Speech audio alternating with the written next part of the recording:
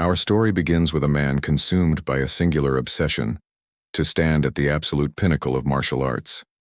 Yet reality proved cruel. No matter how many years he dedicated to training, no matter how much blood and sweat he poured into his craft, the summit remained just beyond his grasp. He simply lacked the natural talent to reach the heights he desperately craved. But obsession has a way of drowning out reason. Instead of accepting his limitations, he turned to legend, chasing whispers of an ancient myth about a divine dragon that guarded a mystical golden fruit, rumored to bestow immortality upon those brave enough to consume it. After a brutal confrontation with the divine dragon guardian, he finally stood before the sacred tree. There it was, the legendary fruit bathed in radiant golden light, pulsing with an otherworldly aura that seemed to bend reality itself. Exhausted and bloodied, he collapsed atop the dragon's massive corpse, his gaze locked on the glowing prize. After regaining his strength, he rose to his feet and approached the tree with trembling hands. This was it. This fruit would grant him everything he'd sacrificed for. Without a moment's hesitation, he plucked the golden fruit and bit into it. Immediately, an explosive energy tore through his body, his veins igniting like wildfire as his very essence was reforged by divine power. This man was Gilfus Eldragon, renowned as the strongest warrior humanity had ever known. But even legends must face their twilight. Decades later, Gilfus lay frail and weak in his bed, surrounded by his descendants. His children and grandchildren whispered among themselves that his final moments were approaching. His eldest son clasped his father's weathered hand tightly, struggling to maintain composure. Gilfus, still the head of the Eldragon family, told them he wanted no tears, that his time had simply arrived. His son replied with a forced smile, voice breaking that the manor had already grown unbearably lonely after their mother's passing, and would feel even emptier without their father. But Gilfus urged him not to surrender to despair. As silence blanketed the room, Gilfus reflected on the golden fruit. Perhaps the old myths were never meant to be believed. Still, he felt grateful for the long life he'd lived and the family he'd built. He assured his loved ones that he had no regrets. But it was a lie. Even now, on death's doorstep, he couldn't release his dream. If only he had more time, he would continue chasing that unreachable peak. With that unfulfilled desire burning in his heart, Gilfus Eldragon took his final breath. Then the impossible happened. His eyes opened once more. Confusion flooded his mind. Was this merely sleep? Everything felt wrong. The room looked different. His body felt unnaturally light. When he finally examined his hands, shock paralyzed him. These tiny hands weren't his. He was an infant. As someone who had reached the 10th star of martial mastery, he couldn't comprehend how this transformation could occur without his awareness. Then understanding struck like lightning. The divine dragon. The golden fruit. The fruit hadn't granted immortality, but reincarnation. Though unexpected, excitement surged through him. He'd been given another chance.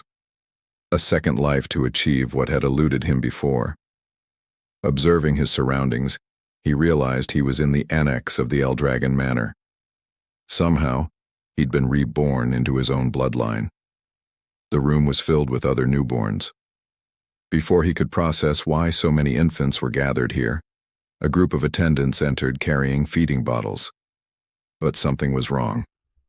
Instead of milk, the bottles contained a crimson liquid. Gilfus watched as they poured the strange substance into the bottles. Suddenly they grabbed a goblin and forced the bottle into its mouth. Within seconds, the creature convulsed violently. A scarlet light erupted from its body before it exploded in a horrific spray of blood. Terror gripped Gilfus. What kind of ritual was this? One attendant calmly noted that they needed to adjust the water ratio to make the mixture safe. As they began feeding the red liquid to the other infants, an attendant picked up Gilfus. He instantly recognized the overwhelming energy emanating from the bottle. This was dragon blood, and it was far too potent for a newborn's fragile body to withstand. Before he could resist, the bottle was pressed to his lips. Instinct took over and he began drinking. Immediately, devastating power flooded his tiny body.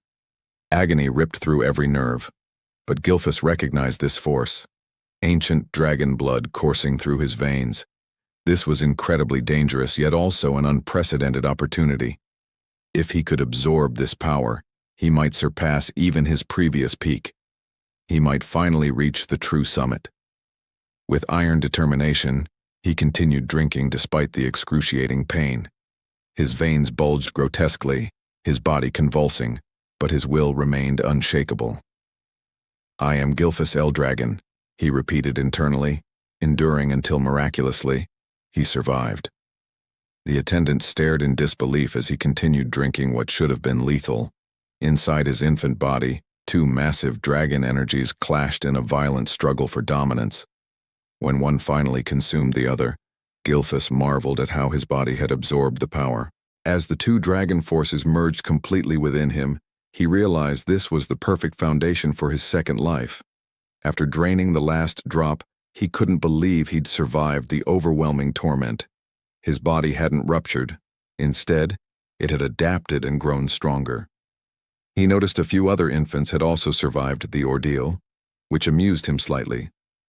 Never underestimate a newborn's will to survive, but even triumph couldn't overcome the limitations of an infant's body. Exhaustion crashed over him like a wave, and despite his incredible achievement, Gilfus Eldragon, the strongest warrior ever reborn, surrendered to sleep. 7 years passed in rigorous discipline. Now a young boy, he executed one-handed push-ups with a massive boulder balanced on his feet. When he completed his 1,000th repetition, he kicked the boulder skyward and let it crash down onto his back. The impact would have shattered an ordinary child's spine, yet he barely felt it. Gilfus Eldragon, former head of the Eldragon clan, now lived under a new identity, Sieg Eldragon, though most called him Zeke. He marveled at the physical power he'd cultivated at such a young age, attributing it entirely to the ancient dragon blood coursing through his veins. In this world, every living being possessed what was known as a source of power. The ancient dragon blood they'd consumed as infants contained an extraordinary concentration of that power. Those who survived drinking it developed bodies vastly superior to ordinary humans. With the divine dragon source power within him, Zeke had already surpassed the physical limits he'd reached at the same age in his previous life. Since he was the only infant who'd managed to consume an entire bottle of ancient dragon blood, his body underwent a transformation beyond even his expectations. Yet frustration gnawed at him. Despite his progress, he remained stuck at 1 star. He'd trained relentlessly, expecting to reach at least 4 stars by now. Stars measured one's source power in this world. The human body was believed to resemble a universe, and the more stars floating within that inner cosmos, the stronger the individual became. However, ascending to higher star levels grew exponentially more difficult with each advancement. In his past life as Gilfus Eldragon, Zeke had achieved an unprecedented 10 stars, a feat no one else in history had ever accomplished. Time truly flies, Zeke thought. He was now 7 years old. He'd learned he was an illegitimate child of the current Eldragon family head. His mother had died when he was still an infant, and to this day, he'd never even laid eyes on his father, something he considered profoundly irresponsible. What shocked him most was discovering that 1,000 years had elapsed since his death and rebirth. Reincarnation itself seemed impossible, yet here he was a millennium later. The world had transformed dramatically. It had become an era where only the strongest survived. The most glaring evidence was the practice of feeding infants ancient dragon blood, followed by a brutal ritual known as the dragon trial. Only those who survived both the blood consumption and the dragon trial earned the right to receive education and training as Eldragon warriors. Naturally, Zeke should have been among them. Yet whenever he questioned the servant assigned to care for him about why no instructor had been sent, would only reply that he wasn't permitted to answer. Even after turning 7, Zeke had never received a single formal lesson. Isn't that strange? Zeke wondered aloud. Every child who survived the dragon trial was supposed to begin combat training. Everyone except him. Day after day he lived in isolation with only a servant for company, When he confronted the man about this treatment, the servant simply asked what was wrong with the arrangement. Zeke sighed, acknowledging that for now, physical conditioning mattered more than formal combat instruction. After all, he could teach himself if necessary. He'd once been a 10-star warrior. He then requested information about the other surviving infants or anything about the main family, but once again, the servant refused, claiming he wasn't authorized to disclose such details. Frustration darkened Zeke's expression. "Will you always refuse to answer me?" he asked sharply. The servant bowed his head, repeating that he couldn't discuss such matters. "Isn't it cruel," Zeke asked bitterly, "treating me like this?" But the servant explained he was merely following orders. His duty was to attend to Zeke's daily needs, nothing more. The servant, a 3-star level practitioner, could have easily taught Zeke basic combat techniques, yet Zeke had no interest in such elementary lessons. After 7 years of living with this man, he'd grown accustomed to the same hollow responses. Finally, Zeke decided to leave and head into the forest. The servant said nothing, merely watching as Zeke walked away. So he's really just going to let me go, Zeke thought with mild irritation. Deep in the forest, Zeke uprooted wild, poisonous herbs and consumed them without hesitation. The taste was revolting, but this was part of his training regimen. Suddenly he sensed something. He took a deep breath, forcing himself to remain calm. "Be patient," he repeated internally. He could feel someone or something observing him from a distance, tracking his every movement. No matter how hard he tried, he couldn't shake the presence. After several moments, Zeke sighed. "They followed me all the way here," he muttered. When he could no longer tolerate the surveillance, he called out, "You might as well come out if you've got something to say." Then he moved into the tall grass, concealing himself. Moments later, while crouched in the vegetation, Zeke detected a dark, oppressive aura nearby. When he looked toward the source, he saw a creature known as an anger boar. What is that aura, he wondered. The black mist surrounding the beast was something he'd never encountered before, not even 1,000 years ago. As the anger boar grazed peacefully, Zeke suddenly stood and revealed himself, startling the creature. It charged immediately, and rather than fear, a smile crossed Zeke's face. He was genuinely thrilled to fight it. The boar lunged forward, but Zeke swiftly dodged, gathering golden energy into his fist. With a devastating strike, he unleashed an explosion that tore through the anger boar's body. He couldn't help but grin at the result. His attack had been far more powerful than expected. Even as a 1-star practitioner, his strength surpassed most at the same level. Hoisting the slain creature over his shoulder, Zeke muttered, "It'll be even better once I raise my star level." He was exhausted. 7 years of being ignored and isolated by the Eldragon family had worn him down. He wondered if it was time to leave and travel independently, perhaps even venture toward the ocean and explore what this new world had to offer. Meanwhile, in the distance, a cloaked figure observed from the shadows. "What's going on with that boy?" he muttered to himself. "Without any formal training, he's already reached 1-star level, and he killed that anger boar with a single strike." What puzzled the observer even more was how Zeke had managed to detect his presence. "That child isn't ordinary," he said quietly. He recalled that Zeke's mother had died young, and his father, the current family, had shown absolutely no interest in the boy. Without proper guidance or mentorship, the child shouldn't have developed this level of strength. Still, as the son of the Eldragon head, illegitimate or not, Zeke was bound to remain under the clan's surveillance. That was precisely why someone of his caliber had been assigned to monitor the boy from the shadows. An illegitimate son, yet the blood of the family head runs through his veins, the man whispered. Could that be the source of his strength? Uncertain but intrigued, he chuckled softly. That kid will be fascinating to watch in the future. Then he vanished into the darkness.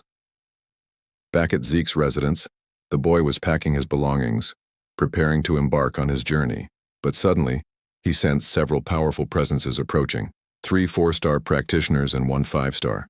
What are they doing here? He thought, moving quietly to the door to eavesdrop. From their conversation, he heard them commenting on how fresh and clean the air was in such a remote location, and how peaceful it felt since there were no nearby rifts.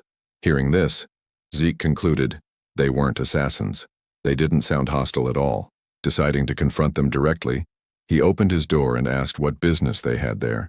The group froze in surprise. Then Zeke noticed the emblem embroidered on their clothing, the mark of the L-Dragon clan. L-Dragon, he muttered under his breath, wondering what they wanted from him. The men quickly bowed respectfully. "It's an honor to finally meet you, young Master Zeke," their leader said. "We've been sent to escort you to the site of your examination." Examination? Zeke frowned in confusion. Annoyance flickered across his face. "They expect me to take an exam," he muttered, "even though they haven't taught me a damn thing." Several days later, Zeke could hardly believe he'd returned to the main estate of the L-Dragon family. He wasn't brought here to live within the main estate again, but rather for another purpose entirely. Before he could enter, they instructed him to change out of his travel-worn clothes first. As he prepared, Zeke learned about something known as the Dragon's Nest. After 1,000 years, the L-Dragon family had established an academy that served all branches of their bloodline. Everyone born with any connection to the L-Dragon family dreamed of entering this prestigious dragon's nest to receive proper education once they turned 7 years old. Today marked the entrance ceremony for that academy. Zeke was here to participate in the entrance examination.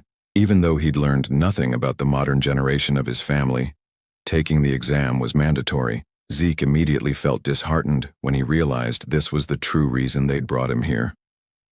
Why now, he thought, when I'd already decided to leave and explore the world?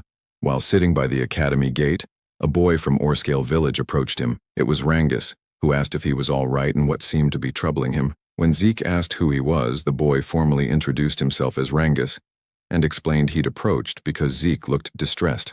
"Is that so?" Zeke replied casually. After observing the flow of energy within Rangus's body, Zeke quietly noted that the boy seemed shy but possessed an unusually strong sense of perception. Zeke then apologized for his demeanor, introducing himself in return, and admitting his mind was in chaos because he had no idea what the exam would entail. "Is that all?" Rangus said, feeling slightly nervous at the mention of the test. Still, he explained that the annual entrance examination for the Dragon's Nest didn't really change much from year to year. But when Zeke admitted he knew absolutely nothing about the exam, Rangus was shocked. Taking the test without any knowledge. Wasn't that far too reckless and dangerous? Just as Rangus was about to explain the exam details, a loud and arrogant voice suddenly interrupted them. A boastful boy shouted, calling Rangus a weakling. Rangus turned around in shock and immediately recognized the speaker. It was Ritan, also from Orscale village. Mocking him cruelly, Ritan asked why he was here, suggesting he must have gotten lost to end up at the Dragon's Nest. He even told him it would be better to go home before he got hurt. "I'm here to take the entrance exam," Rangus replied, though his voice trembled as Ritan drew closer, asking if he was seriously going to take the test. Ritan clutched his stomach and burst out laughing, declaring it was impossible for Rangus to pass. He even insulted Rangus's father, sneering, "Your father's a pseudo-dragon, right? What could the son of a pseudo-dragon possibly accomplish?" Rangus's fists trembled as he fought to contain his anger, but Zeke noticed everything. The L-Dragon family followed an absolute hierarchy, it was explained. The ranks were as follows: novice whelp dragons at entry level, regular soldier child dragons, captain level adult dragons, executive elder dragons, also known as elders, at the leadership tier, and at the very bottom were the pseudo-dragons. These were individuals who had failed to enter or graduate from the Dragon's Nest, considered immature and incomplete dragons. Yet Rangus had long dreamed of proving that even if they were called pseudo-dragons, they were still dragons nonetheless. Zeke was intrigued and asked why Ritan was so certain Rangus would fail the exam before it even started. "Who the hell do you think you are?" Ritan snapped, asking if Zeke had a problem with him. Zeke calmly replied he was merely curious why Ritan was so confident Rangus couldn't pass. Ritan pointed at Rangus and shouted that the reason was obvious. He was just a weakling. Zeke tilted his head thoughtfully and asked if he really believed Rangus was weak, because from what he could sense, Rangus seemed even stronger than Ritan and his companions. Hearing that declaration, Rangus's eyes widened in disbelief. It was the first time anyone had ever stood up for him. The arrogant boys grew furious, demanding to know if Zeke was seriously claiming they were weaker than a pseudo-dragon, a rank they considered utterly inferior. But before the confrontation could escalate further, a commanding presence arrived and drew everyone's attention. He was an adult dragon examiner, announcing that the Dragon's Nest entrance examination was about to commence, and that all participants should register to receive their identification numbers. As Ritan departed, he glared venomously at Zeke and warned that he wouldn't forget his face. Zeke sighed, remarking there was no need for such hostility. The children of this generation seemed to possess remarkably short tempers. Rangus quickly replied that it wasn't strange since they were all about the same age. He added that anyone would be angry if told they were weaker than a pseudo-dragon's son. Is that so? Zeke muttered lightly. Since the entrance examination was mandatory, they had no choice but to participate. Zeke was surprised when Rangus mentioned it was actually possible to withdraw from the test. Zeke's eyes widened, and Rangus realized he truly knew nothing about the process. Rangus advised that it might be wiser to withdraw now, before getting seriously injured, but Zeke replied confidently that a genius like himself would never back down from a challenge. Rangus could only shake his head, saying Zeke was dangerously overconfident despite his complete ignorance about the examination. Zeke simply laughed, suggesting they hurry since the test was about to begin. Rangus had no choice but to agree. When they arrived at the testing grounds, the examiner announced the exam was straightforward.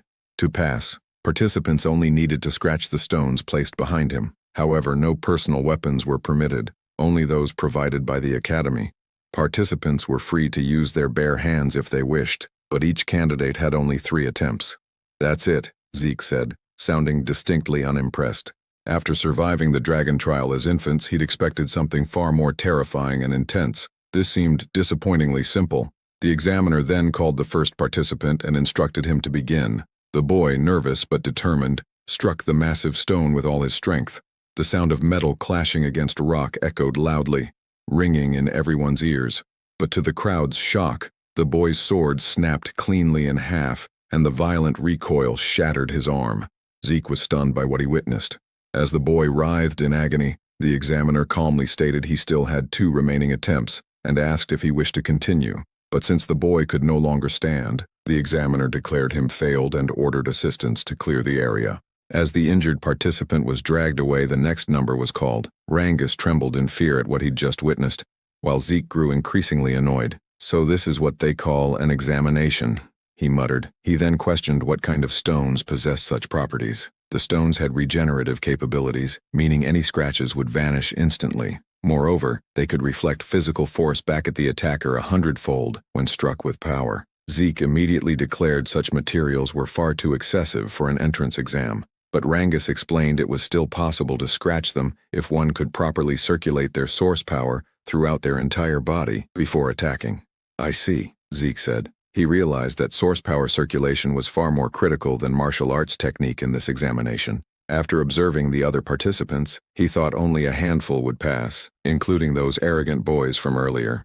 As the exam continued, more candidates failed than succeeded. Many sustained severe injuries due to the stone's ability to reflect ordinary physical attacks. Then, after several moments, the examiner called out Zeke's number. "It's my turn," Zeke said with a calm smile. Rangus, still visibly nervous, asked if he truly had no intention of withdrawing, but Zeke simply walked forward, telling him not to worry. As he approached the examiner, the man's eyes widened in shock.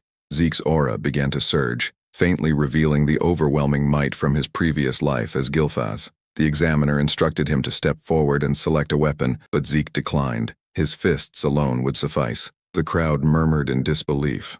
No matter how skilled he might be at circulating source power, they thought there was absolutely no way he could scratch the stone with bare hands. His fists would surely shatter instead. Some spectators declared that not only Zeke's fists but also his arms would be obliterated, which made Rangus extremely anxious for him. Along with his fear came anger toward himself, thinking he should have forcibly stopped Zeke from attempting something so reckless. The examiner gave the signal to begin. As Zeke approached the massive stone, he placed his hand on its surface, noting this was the first time he'd encountered such a material. It must have been developed over the 1,000 years since his death. Even now, there were countless things about the current era he didn't fully understand, but that no longer mattered. He immediately gathered his source power into his fist. While Rangus trembled with anxiety about Zeke's fate, the protagonist himself was filled with exhilaration. For the first time since his rebirth, he could unleash his full strength. He decided to use this mysterious stone to measure his current power level. Rangus's eyes widened once more as Zeke unleashed the first form of the dragon destruction combat technique, Burst Strike. A tremendous surge of energy erupted from the impact, Fragments of shattered rock flew in every direction, and the violent shockwave sent dust and debris swirling through the air. In awe yet defensive, Reincarnates quickly shielded himself from the devastating aftermath, while the examiner's eyes widened in absolute disbelief at what he'd just witnessed. As the dust began to settle, Zeke stood there with a satisfied smile, remarking that the technique he'd used still seemed too powerful for his current physical condition. Despite the severe injuries covering his hand, he laughed at himself, realizing he still required far more intensive training. The other participants stood speechless at what they'd seen. Rayton looked both shocked and irritated that Zeke had completely destroyed the enchanted stone. A woman observing from the sidelines commented that Zeke was truly fascinating. While the others still couldn't process what had transpired, Zeke waited happily for the examiner to announce the results. But the examiner remained frozen in shock. The stone Zeke had obliterated was designed to regenerate itself, and only practitioners who had already reached 4-star level or higher were supposed to possess the capability to break it. Yet now, a mere child stood before him, having accomplished what seemed absolutely impossible. "He's just an illegitimate son," the examiner muttered to himself, then wondered if Zeke's extraordinary ability stemmed from the blood of the family head that still flowed through his veins.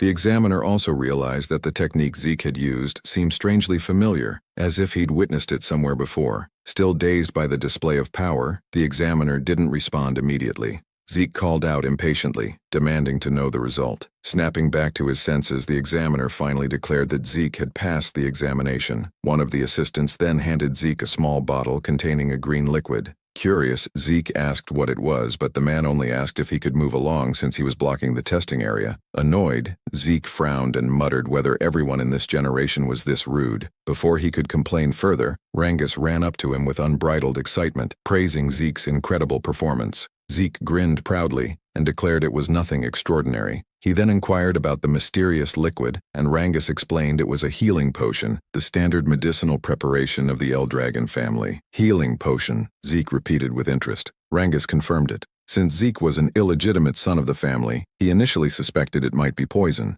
However, since Reincarnates had vouched for its authenticity, he wondered if it might actually be a rare spiritual medicine. The elixir was crafted from extraordinarily rare materials, herbs found only in hidden secret realms, combined with the pure source power of divine beasts and the essence of elusive phantom creatures. When consumed, it could heal not only fresh wounds but also old scars and lingering injuries. Additionally, it could enhance one's source power reserves. Because the ingredients were so scarce and the refinement process so complex, such elixirs were rarely encountered in the world. After drinking it, Zeke was genuinely amazed by its immediate effect on his body. "Is this really a spiritual medicine?" he asked Reincarnates.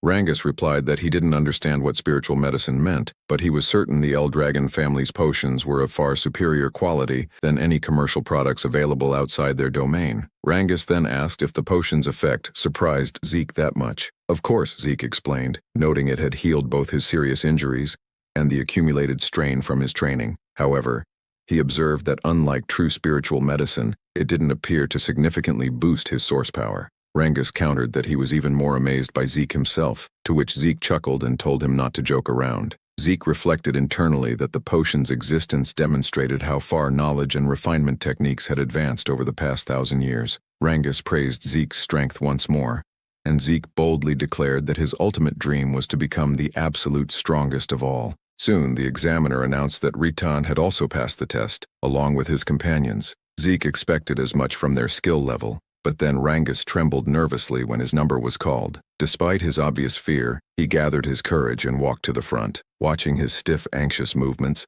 Zeke wondered why Reincarnates was so nervous, then shouted encouragement, telling him to trust in himself. Embarrassed, Reincarnates asked him to lower his voice. When Reincarnates selected a sword as his weapon, Zeke watched closely, puzzled by the choice. Once the examiner gave the signal, Reincarnates attacked the stone, but as expected, he failed on his first attempt. Determined, he stood again for another try, but his strike bounced violently off the stone's surface, causing him to lose balance and fall. His hands trembled from the stone's devastating reflective ability. Reincarnates and his group burst into cruel laughter, declaring it was exactly as they'd predicted. The son of a pseudo-dragon was nothing more than a pseudo-dragon himself. They mocked him mercilessly, telling him to give up. Reincarnates even sneered at Zeke, asking sarcastically if this was the same person he'd claimed could pass, and whether Reincarnates was truly stronger than them.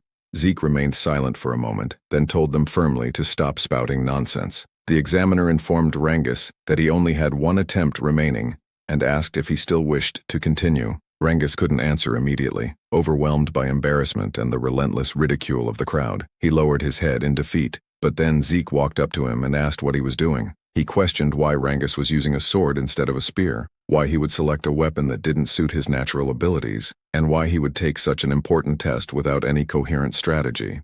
Ritan watched mockingly as Zeke told Rangus that in his current condition, he wouldn't scratch the stone no matter how many attempts he made. Ritan and his group laughed again, calling Zeke an idiot and reminding him that Rangus knew absolutely nothing about spear techniques. His weak father had only ever taught him basic swordsmanship, they jeered, and switching weapons now wouldn't change the inevitable outcome. But Zeke ignored their taunts completely and called out to the examiner, asking if it was against the rules to change weapons. The examiner confirmed it wasn't prohibited. Then Rangus is fortunate, Zeke said with a confident grin. He turned to Rangus and asked directly if he trusted him. Memories of all the humiliation he and his father had endured over the years flashed through Rangus's mind. Gritting his teeth, he stood tall and declared he would trust Zeke completely. He would fight with a spear exactly as Zeke instructed. Rangus reflected that his father had never managed to enter the dragon's nest. Because of that failure, people called him a pseudo-dragon and ridiculed him constantly.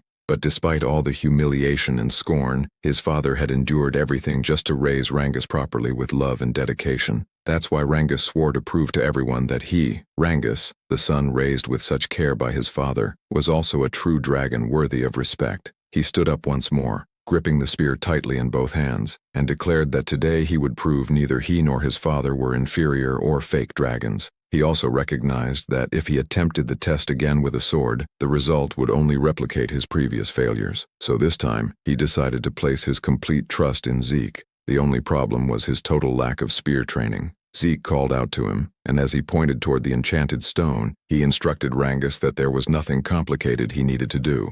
Just thrust the spear straight into the stone without overthinking anything. Just pierce it straight through, Zeke commanded firmly. Rangus tightened his grip on the spear's shaft. He understood that under normal circumstances, stabbing the stone directly wouldn't cause even the slightest scratch, especially since it possessed such powerful regenerative properties. But Zeke was the very first person to ever stand up for him, defend him publicly, even though they had only met earlier that same day. It was something completely new and unfamiliar to him. But because of that unprecedented kindness, he chose to place his absolute faith in Zeke and believe in his own hidden strength. This time, he gathered his source power into the spear itself and immediately noticed something extraordinary. For years, he had wielded a sword diligently, yet he had never managed to wrap it in this much concentrated source energy, something he was now accomplishing effortlessly with the spear. With a determined battle cry, Rangus unleashed his full power and struck the stone with everything he possessed. Ritan nearly collapsed laughing, declaring it was exactly what he'd predicted. Changing weapons wouldn't magically help him pass the examination, but Rangus didn't stop his attack. He felt something fundamentally different this time, something genuinely powerful coursing through him. The spear in his hands felt like a natural extension of his own body. Then, as he drove the weapon forward with every ounce of strength he possessed, the spear pierced completely through the enchanted stone. The shock on Ritan's face and those of his companions was absolutely priceless. Even the examiners couldn't conceal their astonishment, delighted by what they'd just witnessed. Rangus hadn't merely scratched the stone's surface, he had driven straight through it entirely. Zeke immediately praised him enthusiastically, while Rangus himself could hardly believe what he'd accomplished. Even after the examiner officially declared that he had passed, Rangus still asked in disbelief whether he'd truly succeeded. Zeke smiled warmly, wrapped an arm around his shoulder and confirmed it absolutely. Overwhelmed with pure joy, Rangus nearly cried as he embraced Zeke tightly, shouting repeatedly that he'd done it, that he'd actually passed the examination.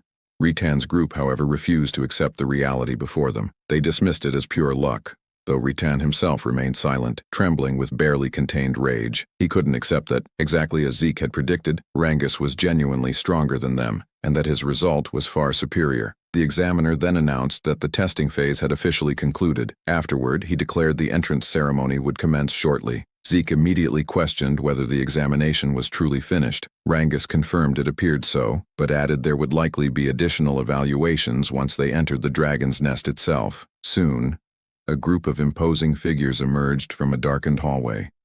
When they stepped into the light, the examiner announced that the head of the Eldragon family would now deliver a speech to congratulate those who had passed. The moment Zeke saw the man, He asked who the person with the cold, intimidating expression was. Rangus, visibly nervous, replied that it was the family head himself. "That's the family head," Zeke said incredulously. "Why does he look like that? He's not even smiling. He looks colder than ice." Rangus immediately covered Zeke's mouth, whispering urgently that it would be wisest if he remained quiet, repeating his desperate plea for silence. Zeke reluctantly nodded. When he examined the assembled group again, he observed that these individuals represented the current power structure of the Eldragon family. Some had reached 7-star level, while others were 6-star practitioners. To Zeke, their collective strength was genuinely impressive, especially since the current family head, Balsa Eldragon, was an 8-star level powerhouse. 1,000 years ago, only a handful of people had ever achieved that remarkable level. Still, Zeke wasn't certain how many such warriors existed in this current era.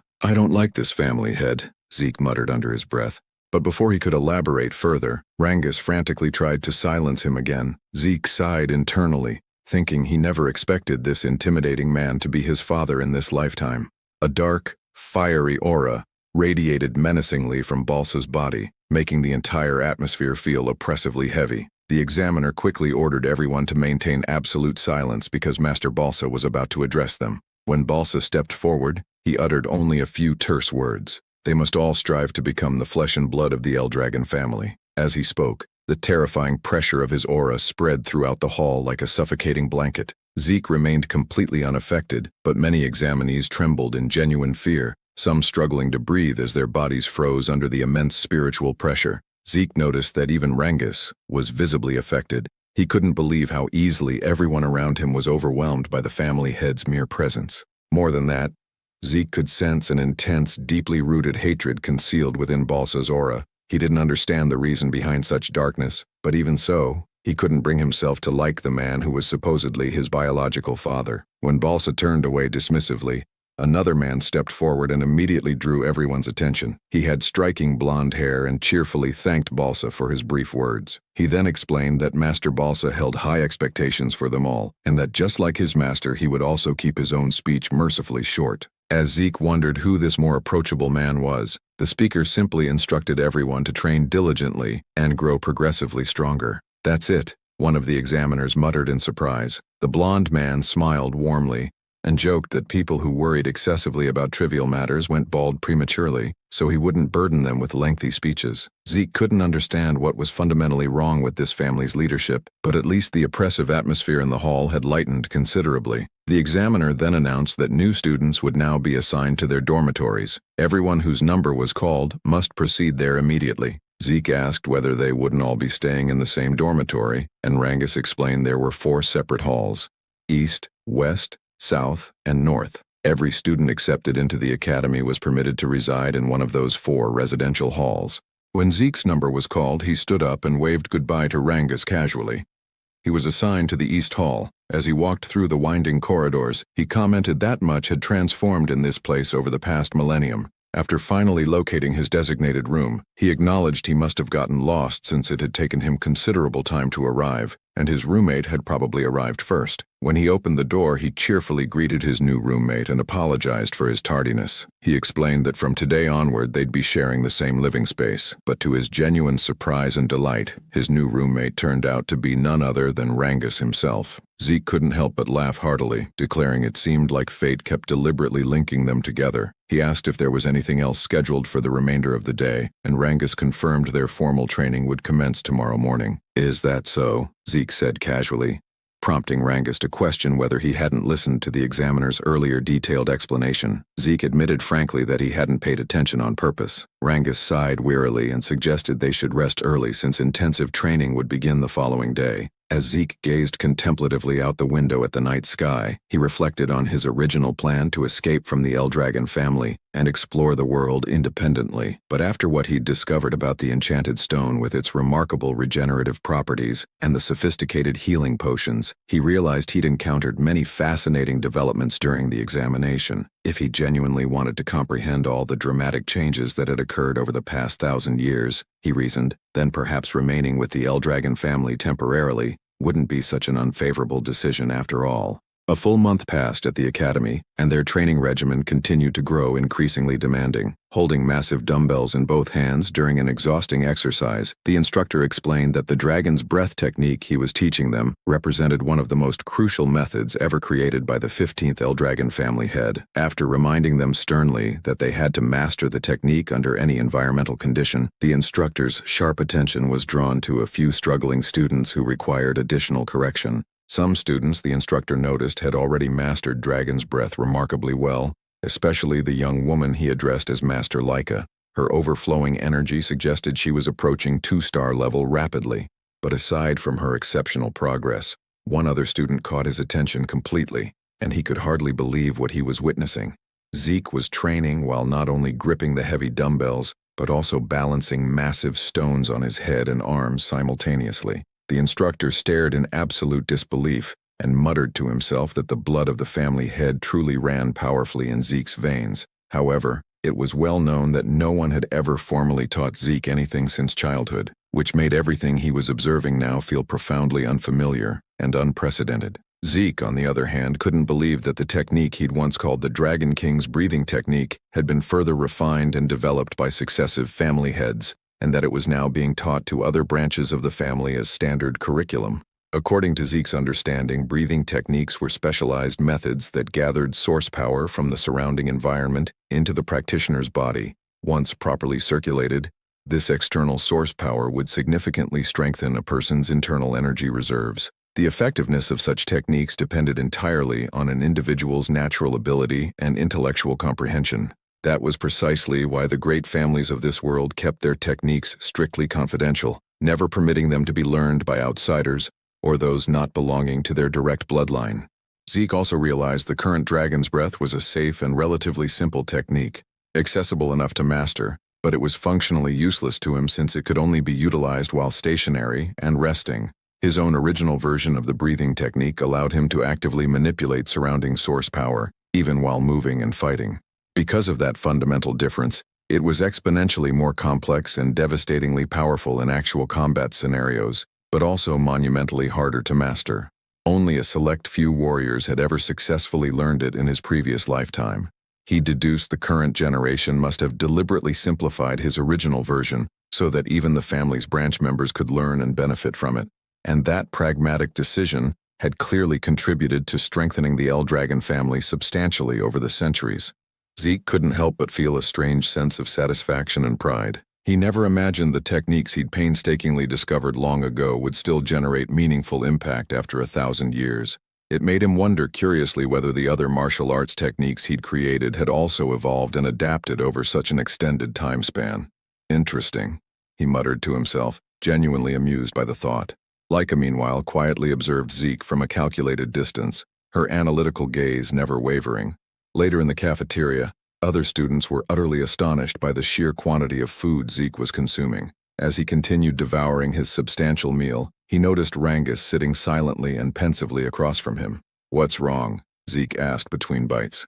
"You won't develop strength if you don't eat properly." Rangus simply questioned whether Zeke didn't find his own stamina and appetite peculiar. "That's simple," Zeke replied matter-of-factly. "You just need to consume more food if you want to grow stronger, train harder, push yourself beyond your limits." He even generously offered some of his abundant food to Rangus, but the latter politely declined, insisting he'd had sufficient portions. As Zeke contemplated how some students had clearly received extensive training even before entering the academy, a confident female voice suddenly interrupted his thoughts. "You're quite impressive," Leica declared, her tone calm, yet radiating confidence. Zeke blinked in mild confusion. "And who are you supposed to be?" he asked casually, genuinely curious. Rangus immediately choked on his food, whispering nervously in panic.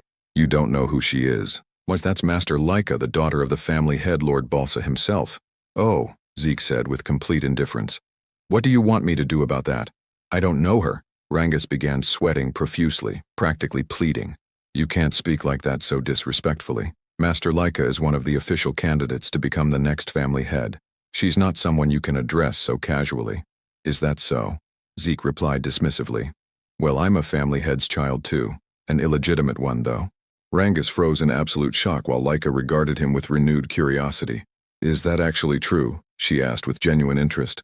You're really the family head's illegitimate son. Like a Typhon Eldragon, one of the primary candidates to inherit leadership of the Eldragon family, was now standing directly before Zeke with undivided attention. Why would I fabricate something like that? Zeke said with a casual shrug. Laika frowned slightly, her analytical mind working. Then explain to me how an illegitimate child like you managed to completely destroy the enchanted examination stone with your bare hands. How could someone not raised in a renowned household possess such extraordinary strength? Because I'm Zeke, he replied with absolute confidence, turning his attention back to Rangus. Stop staring awkwardly and finish your meal. Both Laika and Rangus fell into momentary silence, processing his straightforward answer. Then Laika suddenly smiled with genuine intrigue. You really are a fascinating person, she declared before sitting down boldly beside him uninvited. How about serving under me directly? I'll make you one of my primary followers and supporters. Zeke raised an eyebrow skeptically. What exactly do you mean by that arrangement? I want you to join my faction, she explained clearly. Become my ally, and I'll serve as your political backer. Every illegitimate child needs strategic allies and influence to survive, don't they? I'd use your remarkable strength to help me become the next family head, and once I achieve that position, I'll help you accomplish your own personal dreams and ambitions. Zeke didn't even hesitate for a second. No, he stated flatly without elaboration. Laika frowned again, clearly unaccustomed to such direct rejection. Why refuse? Don't tell me you harbor ambitions to become the family head yourself. As her aura flared noticeably with faint, crackling lightning energy, Zeke could accurately assess that she was extremely close to achieving 2-star level. For someone her relatively young age to manifest an aura of that intensity and quality, she was undeniably impressive and talented. Still, Zeke remained completely calm and unmoved. You can think and pursue whatever goals you want, he said evenly, but I have absolutely no interest in becoming family head or holding any kind of political title whatsoever. Why not? Laika asked coldly, her patience wearing thin. Zeke stabbed his dining knife firmly into the wooden table surface for emphasis. Because I don't need to serve anyone, he said, his voice steady, but carrying an edge of undeniable authority. I'm the strongest person there is. The entire cafeteria went dead silent at his declaration. Even Laika couldn't fully believe what she was sensing. Zeke's overwhelming presence had completely dominated her perception for that brief moment, making her acutely aware of the vast gulf between them. Rangus immediately stepped in diplomatically to diffuse the mounting tension, urgently pleading with both of them to calm down and reconsider. But Laika wasn't the personality type to back down from challenges, especially when embarrassed and angered by what had just transpired. She decided immediately to challenge Zeke to a formal duel to settle the matter. Zeke, however, didn't seem remotely concerned and simply continued eating his meal with complete focus. Moments later, excited commotion spread rapidly across the entire campus. Where is everyone rushing to? One student asked breathlessly. To the training grounds, another replied urgently. There's going to be a formal duel between members of the younger generation. Master Laika herself is fighting personally. What? Ours Master Laika from the prestigious Typhon family, someone exclaimed in disbelief. Who's possibly brave or foolish enough to challenge her directly? When the growing crowd arrived at the designated training grounds, everyone whispered feverishly among themselves, speculating intensely about who would dare face her in combat. Zeke, meanwhile, couldn't quite believe Laika was genuinely serious about conducting this duel. Are you completely all right with this decision? Rangus asked with extreme nervousness. You'll be fighting Master Laika directly in front of witnesses. Even if you address her as Master, I genuinely don't know who she is beyond a name, Zeke replied with brutal bluntness. Rangus sighed deeply in exasperation. You should at least demonstrate some basic respect now that I know you're also the family head's biological son. Do whatever you want, Zeke said dismissively. Still, Rangus felt compelled to explain the gravity of the situation. What's critically important right now is that you fully understand who you're actually challenging. Master Laika isn't just anyone in this family. She's the legitimate daughter of Lord Balsa Eldragon himself, and she also carries the distinguished blood of the Typhon family, one of the 4 great noble families that actively support the Eldragon clan politically and militarily. She's a recognized prodigy who mastered all fundamental forms of the Typhon family's hereditary lightning great sword technique at an extraordinarily young age.